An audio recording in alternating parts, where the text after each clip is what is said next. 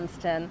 I'm here at Kailua Beach in Hawaii, and I've been sitting here listening to the waves and watching the people and the dogs strolling down the beach and watching the clouds as they float on by.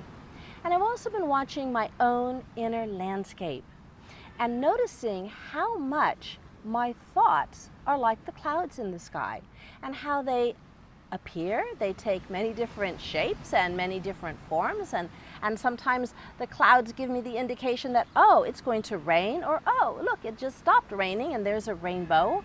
And that as I notice, these thoughts come and go like clouds come and go. And I can have all kinds of thoughts.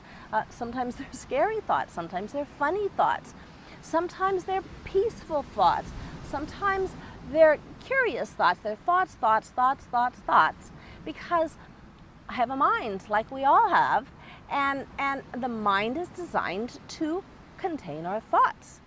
And so they come up regardless of what's going on. We can have all different kinds of thoughts. But here's where things get tricky. We start to believe our thoughts. We stop questioning them and start to believe any thought that pops up into your head. So for example, you can wake up in the morning with a fat attack. And with a fat attack, that's when you feel like you've gained 20 pounds overnight. Now, if you were to pause for a moment, you would notice that it's not possible to gain 20 pounds overnight, but every fiber in your being feels like you gained 20 pounds overnight. So what has to happen is you have to get curious and ask the question, is that true? Maybe it's true, maybe it's not true. What's more important than the answer is that we question, we get curious about everything that we see, every thought that we have. And after a while, when you do that, you start to notice that, yes, you are not your thoughts. You are the observer of your thoughts. You're the questioner of your thoughts. You're the one that notices your thoughts.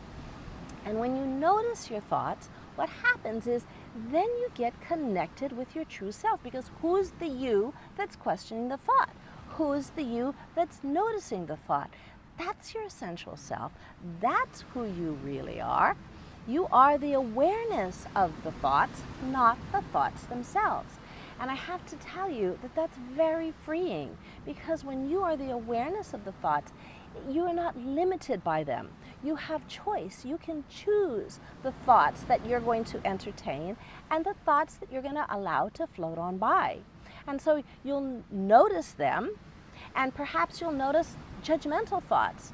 Well, okay, we all have judgmental thoughts, but if you notice them, if you observe them, if you question them, then that gives you a little bit of distance from them, and you can even use your imagination to imagine how you would respond to a small child who has that thought, or your best friend who has that judgment. And so you can really notice that your friend is not those thoughts.